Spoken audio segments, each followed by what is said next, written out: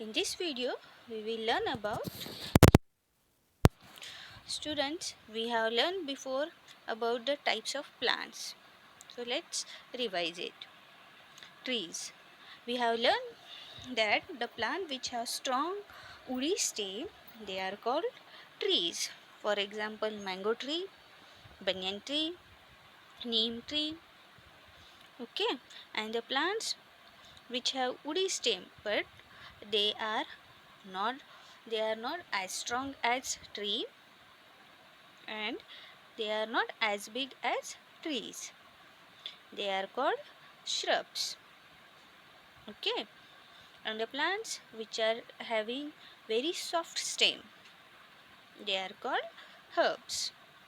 For example, mint and coriander. As you can see, this is the coriander plant. You can see its stem is very weak. Okay, it is an example of herb. Next, climber. The plant whose stem is very weak, it, it need to support of a wall or another plant. They are called climber. They climb on that support. It is called climber. You can see the grapevine plant, pea plant, and money plant. You can see this plant's stem is very weak. It cannot stand itself. It needs a support to climb on. That is why they are called, these kind of plants are called climbers. Now creepers. Creepers are the plant which is having very weak stem and which bear very big fruits. Okay, and they spread over the ground. These kind of plants are called creepers. For example, pumpkin or watermelon. Okay, see, this kind of plant also having a very weak stem, but it spreads on the ground. Why it spreads on the ground? Because it bears very big fruits, and creepers grow over the ground. Okay, students. Now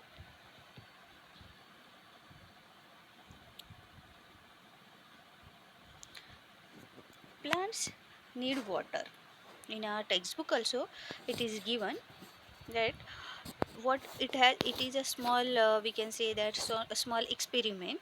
What we have to take, we have to take two potted plants, okay, which is having the equal growth, two potted plants of equal growth, and we have to label them 1 and 2.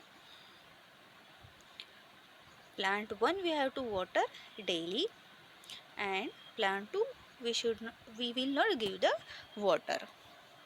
After some days, what we will see, the plant which we are giving the water daily, plant 1, it is very fresh, and the plant number 2 which we are not giving water daily, what will happen to it? It will slowly dries up. So what does it tell us? It tells us that plants need water. See, plants too need water like all living things. We have learned that plants are also living things like other living things like animal, birds, human beings. Plants also need water. Plants will get dry without water. Farmers water the crops without fail. Okay. See, if we will not plant the water, so what will happen? It will dry up. That is why farmers also water their crops. If they will not do like this, what will happen with the crops? Crop will dries up. Okay. So see, how do plants get water? Like other wild animals, they roam or they search in the they search or they roam here and there, they move here and there in the search of food or water. Okay, to the domestic animals, we even give human beings give them water, and human beings can get their water by themselves. Okay, but what about plants? Plants don't move like other animals, so how do plants get water? So let us learn about it. We water the plants at our home. Farmers water their crops. But the trees or plants which grow in the forest, how do they get water to survive? Yes, see students, the plant which we plant at our home, in the in our garden. So we water them to grow, and the plants which farmer grow in their farm. What farmers do? They give water or they water to the crops. Okay, but what about the plants which grow in the forest or jungle? We go to the we are going there to give them water? No. Farmers go there to water them? No. So how do they get water? So just let us learn about it. Some rainwater seeps into the ground. Roots of the plant spread deep into the ground. They absorb water which has seeped and get collected into the ground. So, children, so how do forest trees get the water? When it rains, water seeps into the ground through the cracks and it get collected under the ground or under the soil. So the roots of the plant get spread into the deep into the ground like this. So what roots are doing? They absorb the water which has seeped into the ground. So this way the plant which grow in the forest, they get the water. No one is there to water them, but then also they grow in the forest. So what helps them? Their roots to absorb the water from the ground. Now see, aquatic plants. Some plants grow in the water. Only, they are called aquatic plants. So students, the plants which grow in the water, they are called aquatic plants. We learn about the types of animal. Yes, carnivorous or the land animal, aquatic animals, aerial animals, like that type of plants are also there. Okay, so aquatic plants which grow in the water, they are called aquatic plants. For example, lotus, chestnut. Okay, aquatic plants grow in water only. Only aquatic plants grow in water only. They will not survive on the land. Okay, like water animals. If what will happen with the water animals if we will take them to the ground, like fish, it will survive on the land? No. Same with the aquatic plants, they grow in the water.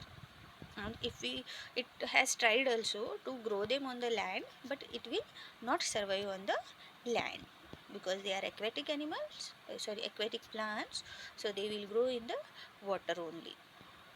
Okay, the plant which grow in the water, they are called aquatic plants and they will not survive on the land.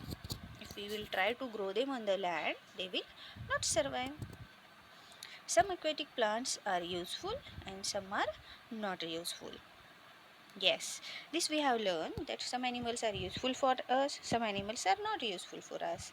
Same with the aquatic plants. Some aquatic plants, some plants which grow in the water, they are useful. They helps to clean the water, and some are unuseful, means they make the water dirty. Okay, like water hyacinth is a plant which means make the dirty water. So these are some example which are not useful. Now, importance of water. We need water for drinking, cleaning, and cooking. This we have learned. We need lot of water to cook food, to clean our clothes, to clean ourselves, to clean floor, to clean our vehicles, and we need washing. For washing also we need lot of water, and drinking. This is, we can say that these are the domestic use of water. Okay, we can say that these are the domestic uses of water. Now, there are other uses of water also. Which are they? We need water for farming, means we need water to grow food also. Okay, water is needed to grow all kinds of crops, plants. Crops means what? The plants which provide us food. Crops need water to grow. Water is very important to grow all the kinds of crops. What will happen if we will not water the crops? The plants will rise up and it will not grow. It means we will not get food if we will not water the crops. That is why farming is impossible without water. Okay, and you know what? Water of the ponds, lakes, and river is useful or used for growing fish, and fish is used as food by many people. Okay, crops means water is important for farming, as well as some people use fish as a food.